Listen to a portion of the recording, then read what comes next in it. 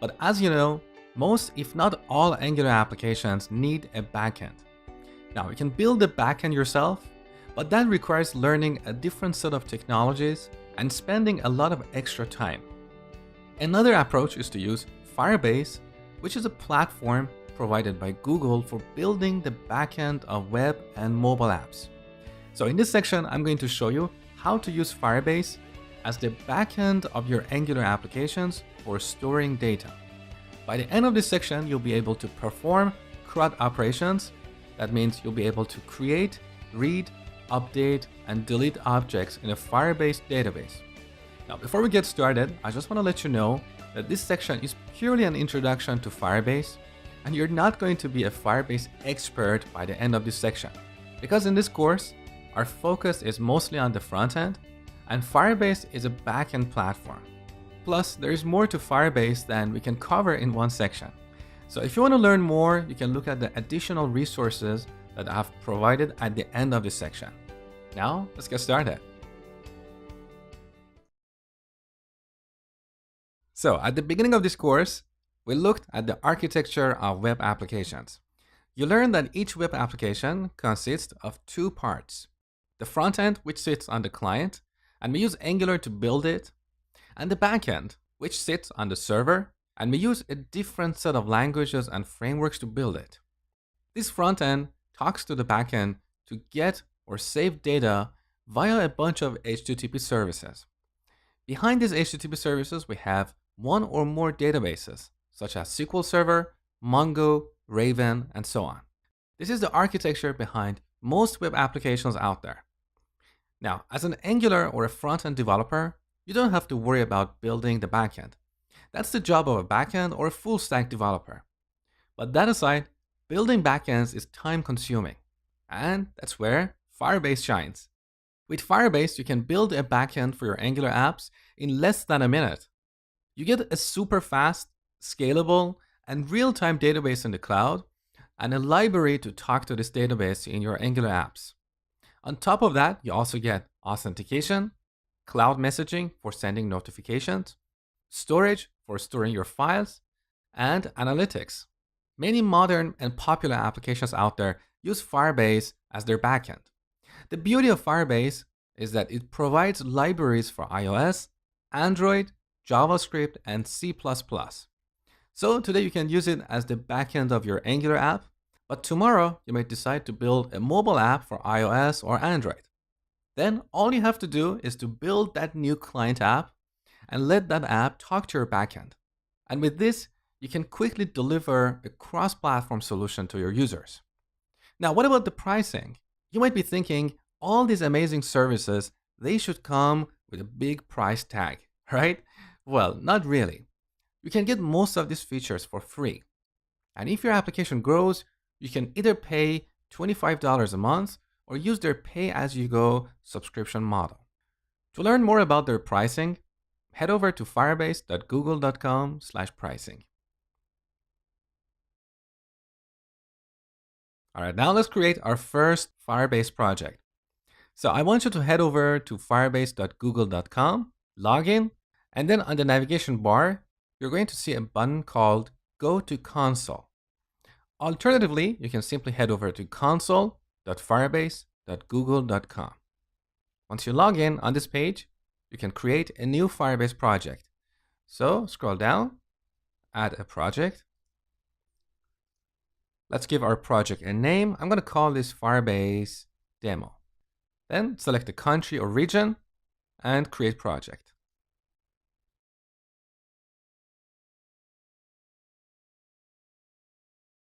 Okay, here we are on the homepage of our new project.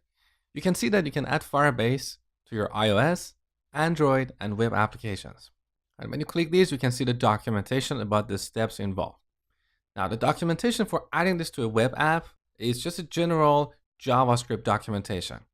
Adding Firebase to an Angular app is slightly different, and that's what I'm going to show you in this section. Now, let's have a quick tour of some of the features you get here. So on the left side, on the sidebar, we have our database. So this is where all our data will be stored.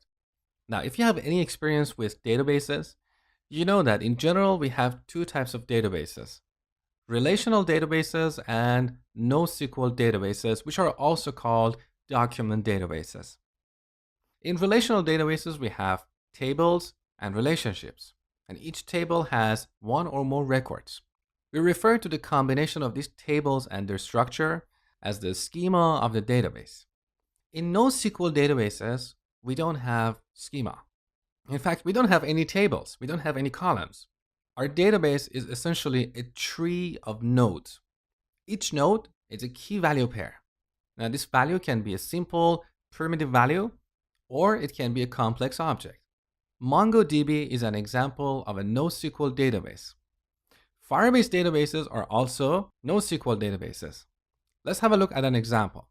So here we have the root node of our database. Under this, I'm going to add a node called courses. So this is for listing all the courses in our application. Now you can see that each node has a name and value. Now I don't want to assign a primitive value to this node. I want to make this a complex object. So I click this plus here, and you can see now we have a child under courses. Again, this child has a name and value. I'm going to set the name to 1 and the value to course 1. So now you see we have a tree of nodes in our database. I'm going to add another child node under courses. So here, plus, I'm going to set the name to 2 and the value to course 2. Now, one thing I want you to pay attention to here is that each node in this database can have a different structure. That's why we refer to this kind of database as a NoSQL or schema-less database. Here's an example. So all our courses have an ID and a name. Now I'm going to add another course here. I'm going to set the ID to 3, but for the value, I'm not going to use a string like course 3. I want the value to be a complex object. So I'm going to click this plus. Now we have a child under this node. Here in this child node, I'm going to set the name to title and the value to course 3. Now look at the result. So our third course is an object, and this object has a property called title. You can add another property here under 3. Let's set the author, Mosh Hamedani. Now we have 2 properties, and let's add one more here. So let's set the price. This time I'm going to use a number. Let's say $150. So what I want you to note here is that each node in this database can have a different structure. Our first 2 courses are simple key value pairs, values are strings, but our third course, its value is a complex object with 3 properties: author, price, and title. If you have never worked with this kind of database before, this might be new to you, it might be a little bit scary, but in fact, this is extremely powerful, super fast, and super scalable. But the downside of this structure is that it's not optimized for reporting. So unlike traditional relational databases where we can join multiple tables and run complex queries against them, we cannot do that here. So if that's what you need in your applications, perhaps you need to use a relational database, or if you want to use Firebase or another NoSQL database like Mongo, you can use this as your main database, but set up some background job that takes all the data from this NoSQL database into a relational database for reporting. So this is our Firebase database. Next, we're going to get back to our Angular project, install Firebase, and work with this database. In this section, I'm going to start on a new Angular project. So let's generate a new project using Angular CLI, ng new, and call this Firebase-demo.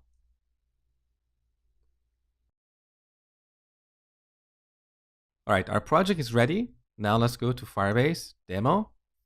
Here we need to install a couple of node packages. So npm install. The first one is Firebase, which is the standard Firebase library written in JavaScript. And the second one is Angular Fire 2, which is a library for working with Firebase in an Angular 2 Plus app. Okay, now add the save flag. Okay, all the packages installed successfully.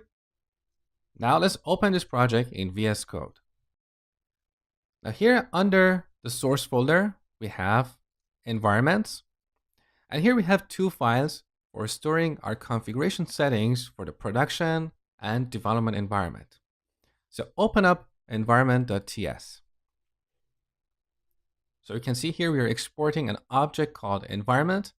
And this object has a simple property called production that is set to false. Here we need to copy some settings about our Firebase project. So back on Firebase console, if you go to the overview page for your project, back here, click this button, add Firebase to your web app. Now here on this config object, you can see a bunch of properties, such as API key, auth domain, database URL, and so on. We're going to copy all these properties, only the properties, nothing else here. Okay, so copy these. Now back here, add a comma. Here we add a new key, Firebase, set it to an object, and then paste all those properties that we copied, like this. So this is our Firebase database for the development environment. In a real-world scenario, you should have a separate Firebase backend for your production environment. So then you go to Firebase, create another project.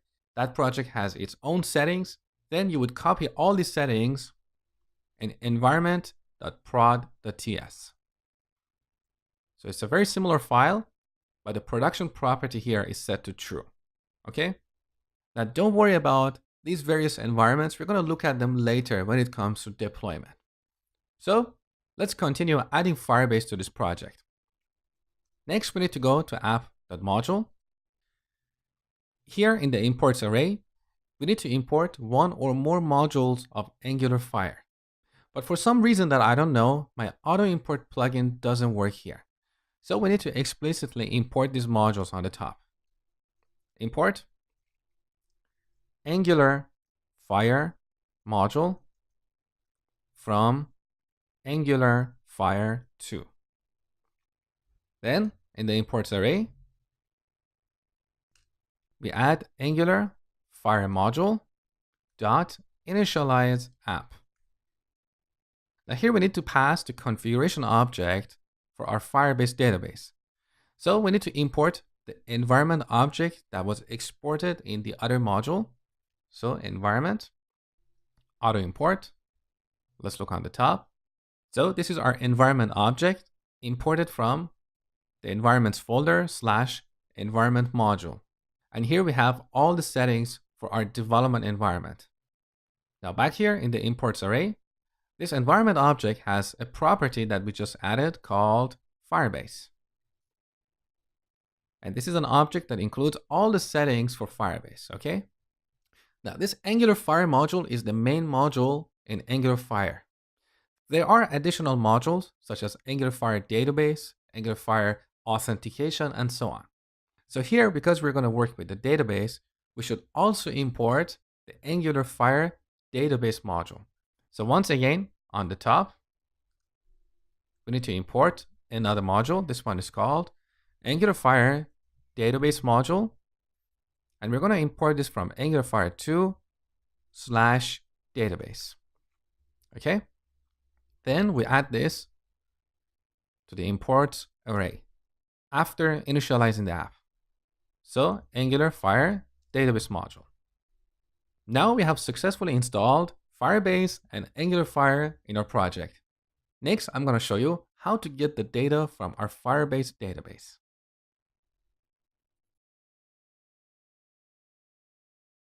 So earlier, we added these courses in our Firebase database. We have 3 courses. The first 2 are simple key value pairs. The values are a string. And the third course, its value is a complex object with 3 properties. So you can see that in a NoSQL database, each node can have a different structure. Now this is powerful because it allows you to quickly build your database without having a schema. It allows you to go faster. It increases your productivity. But also, on the flip side, if you don't manage it properly, you can run into issues.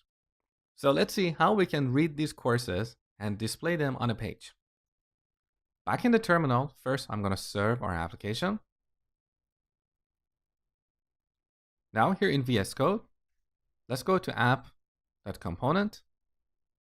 So here we have only one component, and I'm going to display all our courses here. In a real world scenario, you would have a separate component like courses component, okay? Now, we don't need this title here. Let's delete this. We add a constructor. Here we need to inject one of Angular Fire classes. Now, once again, my auto import plugin cannot recognize this. So we need to go on the top and explicitly import Angular Fire database. Note that this is Angular Fire database, not Angular Fire database module. We only imported the module in app module, okay? Now here we need to import this from Angular Fire 2/database. Okay, now let's add this to the constructor. So DB of type Angular Fire database. Now this object has a couple of methods. List for reading a list of objects, and object for reading one object. Here we want to get a list of objects. So let's call this method. As the first argument, we need to pass the path to our node in Firebase. So starting from the root, we have another node here called courses. So this is the path to our courses node. Now look at the return type of this method. It returns Firebase list observable. So Firebase list observable is like an observable, but it has additional methods that you're going to learn about in this section. So we're going to treat this like an observable. You're going to subscribe to it.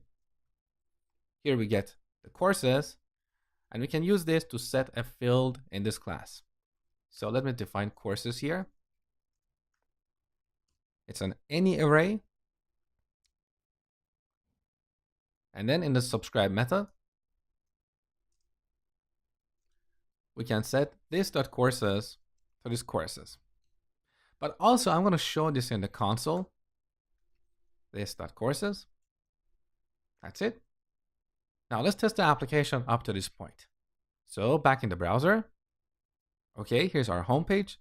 Let's take a look at the console. We have an error. Permission denied at courses. Client doesn't have permission to access the desired data, because by default, only authenticated users can read from or write to your Firebase database. Now in this section, we're not going to worry about authentication. That's more of an advanced topic that I have covered in my other Angular course called Build Enterprise Applications with Angular. So let's simplify things and focus on the fundamentals. Back to our Firebase console. On the database page, on the top, you can see this tab called Rules. So here we have a couple of rules for reading and writing data. As you can see, these rules are defined as a JSON object. This object has two properties, .read and .write, and their value is an expression. Here, auth not null is something that Firebase understands. It means only users who are authenticated can read and write data. So I'm going to temporarily change this to true. That means anyone can read from this database. Now, in a real world scenario, you will want to open up read access to certain nodes in your database. So you can allow anonymous users to read from these nodes, but you can have other nodes that have higher level of security. Perhaps only authenticated users or users within a specific role can read from these nodes. Again, we don't want to worry about this now, so let's move forward. Now, every time you make a change here, you need to publish your changes. Okay, done. Now back in our Angular app, refresh this page and look at the console. So this is what we get from Firebase, an array of 3 objects. Let's take a look. You can see each object has 2 properties, $value and $key. Now look at the second object here. Once again, we have $value and $key. But let's take a look at the third object. This is our third course that has additional properties. Look at the structure of this object. Here we have additional properties like author, price, and title. Note that we no longer have the $value property. So it's not like $value is a complex object and that object has these properties. No, it's not like that. These properties are part of our course object. Now, if I want to display the name of these courses, I'm going to have some difficulty because the title of the first two courses is stored in the $value property, but in the third course, the title is stored in the title property. So that's why I said that if you don't manage your NoSQL database properly, you're going to run into issues. So back in our Firebase database, I'm going to delete the third node, delete, and add a new node that is consistent with the other nodes under courses. So 3 and course 3. Okay, now let's display these on our Angular app. So let's go to app.component.html. Delete all the markup here. We need a UL and LI. We're going to use the ng4 directive. Let course of courses. And here we use interpolation. Course.$value. Back in the browser.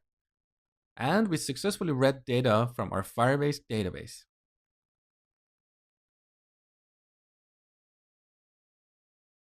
Now let me show you my favorite feature of Firebase. Firebase databases are real-time.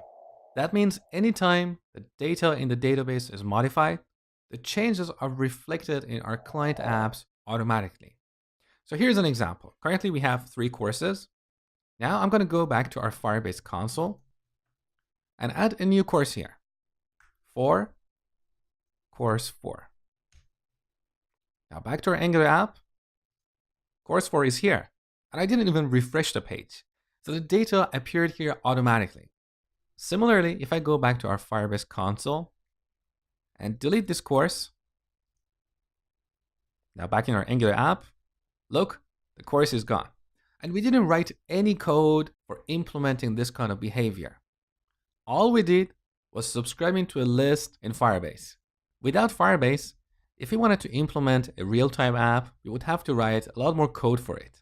So this is something that you get with Firebase out of the box. This is especially important if you have an application that involves multiple users. So as one user modifies the data, the changes are immediately visible to other users. A real-world example of this is if you want to build a chat application, Firebase is going to be your best friend. Because as soon as a user sends a message, the other user is going to see it immediately. So in the last lecture, you learned that Firebase databases are real-time. Now let's take a closer look at this feature. So back in our Angular app, here we have 3 courses, and I've cleared the console. Now let's go back to our Firebase database. Here I'm going to add a new course. 4, course 4. Now back in our Angular app, course 4 is here, and then let's take a look at the console.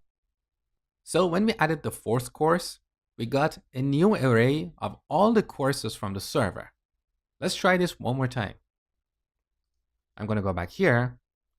This time I'm going to delete course 4. Now back in our Angular app, course 4 is gone. Let's take a look at the console.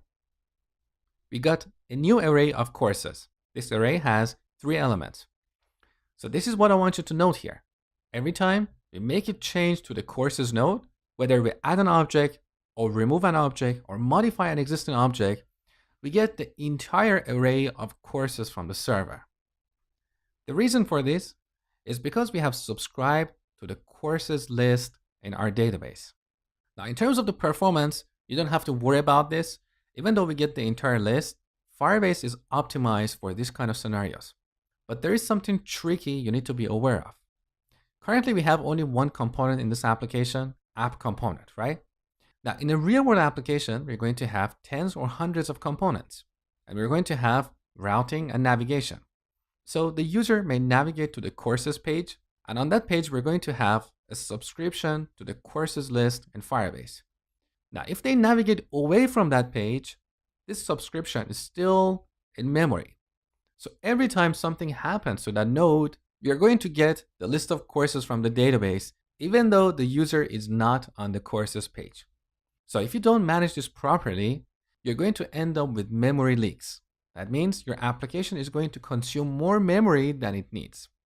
Now, to clarify, in the section about consuming HTTP services, we subscribe to the observables returned from the HTTP class.